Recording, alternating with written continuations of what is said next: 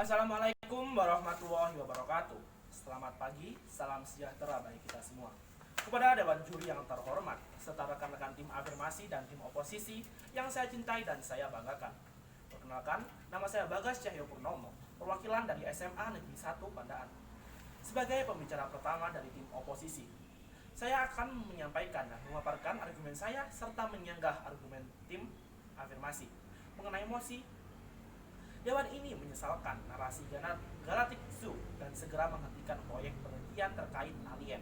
Nah, pencarian kecerdasan ekstraterestrial ataupun SETI, Search for Extraterrestrial Intelligence, merupakan sebuah upaya nyata yang terus diupayakan oleh manusia bumi untuk mengungkap misteri alam semesta raya.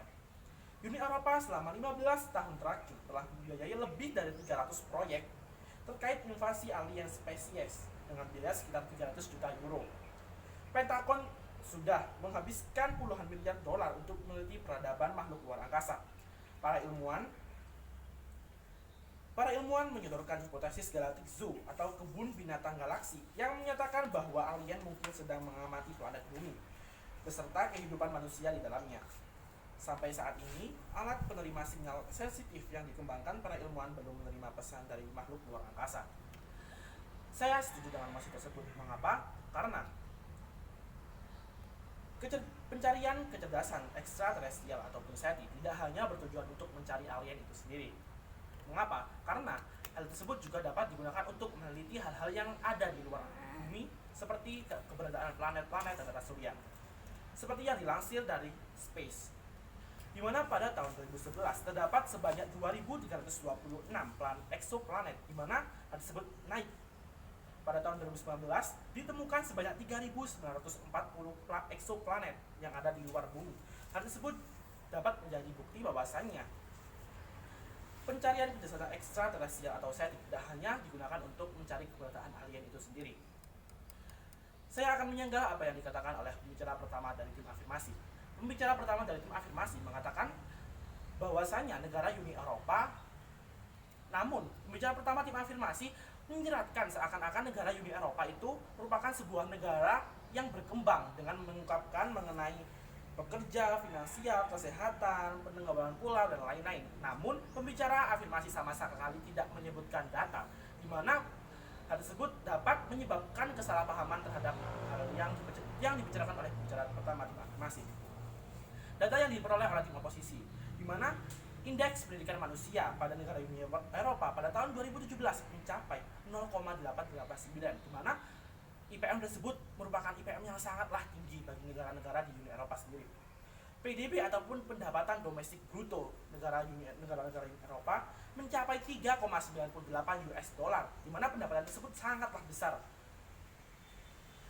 Jadi dari kedua tersebut saja dapat disimpulkan bahwasannya negara Uni Eropa dapat dikatakan sebagai negara maju, di mana tim afirmasi menyeratkan negara Uni Eropa sebagai negara-negara yang masih berkembang. Nah, pembicara tim pertama tim afirmasi juga mengeluhkan dan terus membahas mengenai pajak-pajak dan dana yang digunakan untuk penelitian.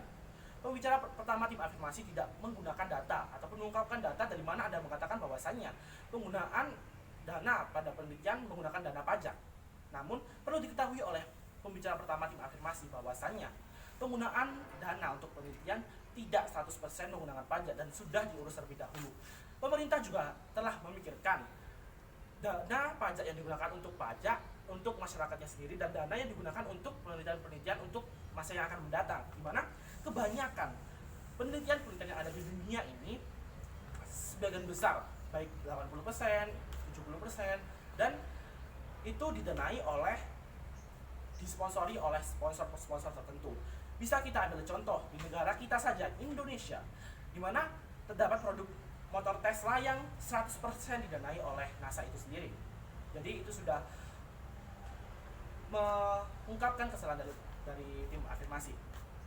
Nah, tim afirmasi juga mengatakan tidak akan mengetahui apa yang terjadi jika kontak terjadi antara alien dan manusia di bumi.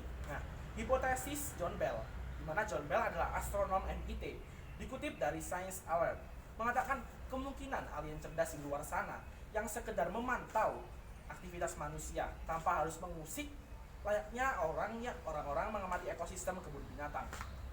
Nah, pembicara tim afirmasi juga sama sekali tidak menyebutkan data mengenai argumen-argumen yang disampaikan oleh pembicara pertama tim afirmasi. Saya utip dari pembicara tim afirmasi, di mana pembicara tim afirmasi mengatakan bahwasannya selama bertujuan baik, walaupun tidak berhasil itu harus didukung. Nah, mengapa Anda justru tidak mendukung dengan adanya proyek penelitian kecerdasan ekstraterestrial tersebut? Karena penelitian ini juga sangat penting bagi kehidupan manusia di bumi, karena manusia di bumi tidak hanya mendapatkan ancaman dari dalam bumi, namun juga mendapatkan ancaman dari luar bumi. Nah, pembicara pertama tim afirmasi juga mengatakan mengenai buruh. Nah, namun tahukah pembicara pertama tim afirmasi bahwasannya buruh di Uni Eropa memiliki gaji yang tinggi, yang sangat tinggi dibandingkan dengan gaji buruh yang ada di negara lain. Nah, dari hal tersebut, sekali lagi saya katakan, meski banyak masyarakat yang tidak percaya dengan keadaan alien, namun hal tersebut dapat kita analogikan dengan sejarah yang sudah ada dan sudah terjadi, di mana dalam sejarah banyak sekali masyarakat pada saat itu percaya dan bahwasannya bumi itu datar. Namun dengan seiringnya berkembangnya zaman, dapat terbukti bahwasannya bumi itu bulat. Nah, hal tersebut juga dapat menjadi salah satu analogi dan fakta bahwasannya dengan berkembangnya zaman, hal yang tidak mungkin dan tidak jelas dapat menjadi jelas, seperti keadaan alien di masa yang akan datang. Saya sebagai pembicara oposisi tidak mengajak masyarakat untuk mengetahui bahwa meyakini bahwa alien itu ada, namun saya hanya menyampaikan argumen mengenai proyek penelitian alien.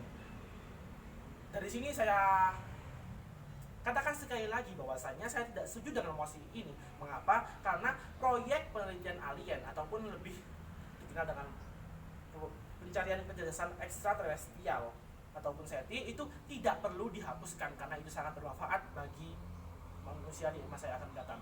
Sekian dari saya. Wassalamualaikum warahmatullahi wabarakatuh.